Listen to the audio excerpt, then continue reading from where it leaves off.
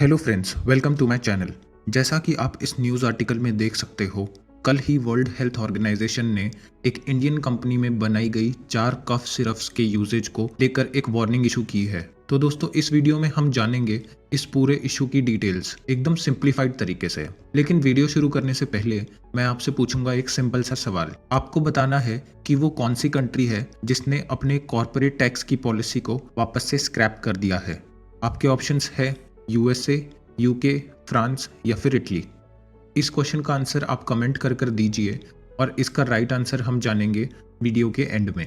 तो दोस्तों, यहाँ हुआ क्या है कि हरियाणा में एक फार्मास्यूटिकल कंपनी जिसका नाम है मेडन फार्मास्यूटिकल्स, इन्होंने अफ्रीका के एक देश गैम्बिया में एक्सपोर्ट किए थे कफ सिरप जो स्पेशली छोटे बच्चों के लिए थे। और इन कफ सिरप्स को कंज्यूम करने के बाद बताया जा रहा है कि 66 बच्चे मारे गए, क्योंकि यह कफ सिरप कंज्यूम करने के बाद उन बच्चों की किडनीज फेल हो गई। और WHO ने एक वार्निंग जारी की है कि इस कंपनी की बनाई गई कफ सिरप का यूज ना करें। देखिए, जितनी भी कंट्रीज अफ्रीकन कॉन्टिनेंट में हैं, ये सारी कंट्रीज इकोनॉमिकली आज भी काफी पीछे हैं और मेडिसिन के लिए टोटली इंपोर्ट्स पर डिपेंड करती हैं। अगर हम फिगर्स देखें तो पूरे अफ्रीका में 90% से भी ज्यादा मेडिसिन इंपोर्ट की जाती हैं। अफ्रीका में हार्डली 3 से 4% ही मेडिसिन बनाई जाती हैं। और जैसा कि आप इस इमेज में देख सकते हो, 2017 से 2019 के फिगर्स के हिसाब से यूरोपियन यूनियन के बाद इंडिया सबसे बड़ा एक्सपोर्टर था पूरे अफ्रीका कॉन्टिनेंट में। मेजरली इंडियन मेडिसिन जाती हैं अफ्रीका के सदर्न और वेस्टर्न कंट्रीज में।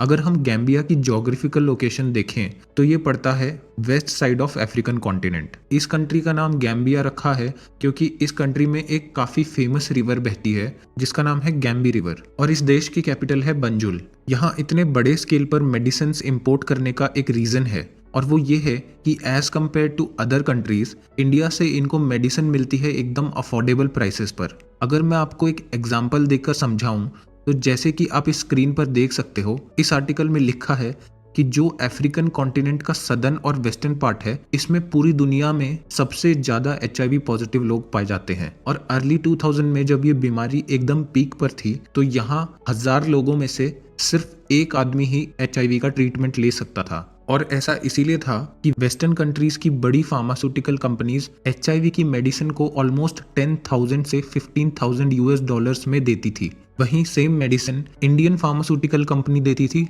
सिर्फ 350 US डॉलर पर पर्सन पर ईयर में। और 2017 में तो ये कॉस्ट घटकर सिर्फ 75 US डॉलर्स पर पेशेंट तक आ गई। अब आप समझ गए होंगे कि क्यों इंडिया अफ्रीका का दूसरा सबसे बड़ा मेडिसिन इंपोर्टर है। अब यहाँ सवाल ये उठता है कि क्या ये कफ सिरप सिर्फ गैम्बिया में ही एक्सपोर्ट की गई थी या दुनिया के किसी और देश में भी एक्सपोर्ट हुई थी। तो यहाँ कंपनी का कहना है कि अभी के लिए कंपनी ने ये प्रोडक्ट सिर्फ गैम्बिया में ही एक्सपोर्ट किया था। लेकिन वरिंग बात यह है कि ये मेडिसिन अनरेगुलेटेड मार्केट के थ्रू भी अफ्रीका के किसी दूसरी कंट्री में जा सकती है, और अथॉरिटीज अब इसको ट्रैक करने में ऑलरेडी लग चुकी हैं। अगर हम इन कफ सिरप्स के नाम देखें तो ये है promethazine oral solution, Kofexmalin baby cough syrup, Makoff baby cough syrup और Magrip and cold cough syrup. जब WHO ने कफ सिरप के सैंपल्स लैब में टेस्ट किए तो ये पता चला कि इन सैंपल्स में unacceptable amounts of diethylene glycol और इथेनाइल ग्लाइकॉल मिले हैं। और WHO का कहना है कि ये दोनों केमिकल्स ह्यूमन बॉडी के लिए काफी टॉक्सिक है। इन केमिकल्स को कंज्यूम करने के बाद abdominal pain, vomiting, headache, diarrhoea और यूरिन करने में डिफिकल्टी होती है। सेम ऐसे ही सिम्टम्स उन बच्चों में भी दिखाई दे रहे थे। अब जैसे ही ये इन्फॉर्मेशन इंडिया की गवर्नमेंट को मिली तो इंडियन रेगुलेटरी अथॉरिटी CDSCO यानी कि central drugs standard control organisation आ चुकी है एक्शन में, और इन्होंने इन्वेस्टिगेशन शुरू कर दी है इस पूरे इंसिडेंट को लेकर। अगर यहाँ पर इन्वेस्टिगेशन में कंपनी की गलती पाई जाती है तो इनके अगेंस्ट काफी स्ट्रिक्ट एक्शन तो होगा ही, वहीं ये भी देखना होगा कि क्या हम ड्रग स्टैंडर्ड को मेंटेन करने के लिए और स्ट्रिक्ट पॉलिसी ला सकते हैं या नहीं।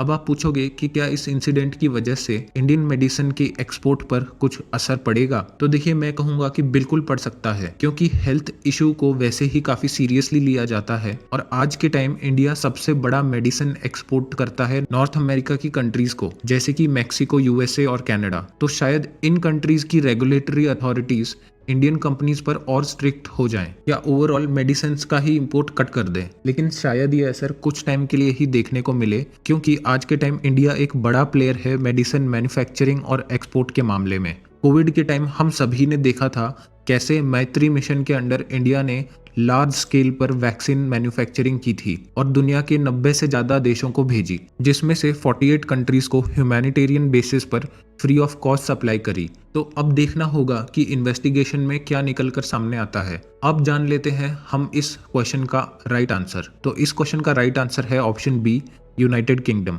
जैसे ही यूके की prime minister Liz Truss power में आई, इन्होंने एक पॉलिसी लाई जहां पर यूके में कॉर्पोरेट टैक्स कट कर दिया था। लेकिन जब इन्होंने देखा कि इस पॉलिसी की वजह से इनकी इकोनॉमी का और बुरा हाल हो रहा है, तो इन्होंने वापस से यू टर्न लिया और ये टैक्स इम्पोज कर दिया। तो अब करते हैं वीडियो का एंड। अगर आपको वीडियो पसंद आया हो तो please like, subscribe, share and comment. Thank you.